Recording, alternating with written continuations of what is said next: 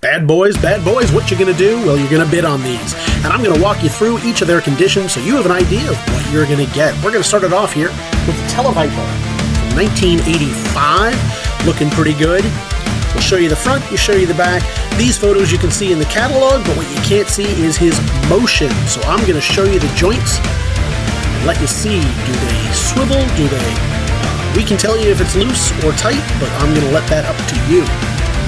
Mostly look pretty good right here, but I'll let you see it for yourself. A little bit of wear on his head, but otherwise great.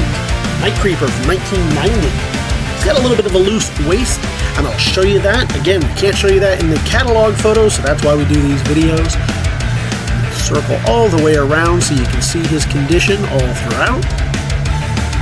And then we'll start showing you the joints. Knees are looking pretty good, but again, that waist, I think it'll hold on for a little while, but you might want to consider giving him a new O-ring. Otherwise, pretty good for display, great for play, as we move on to the back.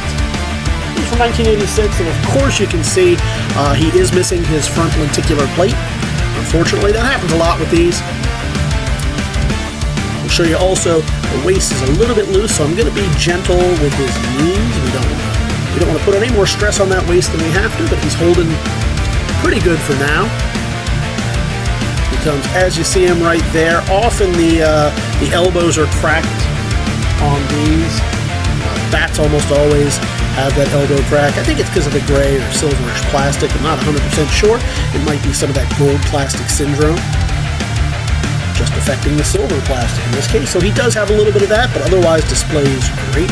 The helmet's looking pretty nice on him as we move on to Major Blood. Now, on his robot arm, I do want to point out, it may not be obvious from the photo, so I want to make it obvious to you. If you were here in the gallery, you'd see it for yourself. He does have some fingers missing on that robot arm. That's his right arm, the one that does not have any articulation to it. I want you to be aware of that. It's unfortunate, but that's how it is on an older figure like this, going all the way back to 1983. The rest of the joints are pretty tight, so overall not a bad placeholder. And then finally we have Crystal Ball from 1987. A little waist loose action on this as well. The knees are looking pretty good, but I do want to point out, let's get that waist. Yeah, you see how he flops a little bit. We can probably get him to stand. You can probably put him in a stand, but again, these are pushing 40-some odd years old, 35 years old at least, and you might just want to watch out for it. Head on over to get all of these at The Big Toy Auction.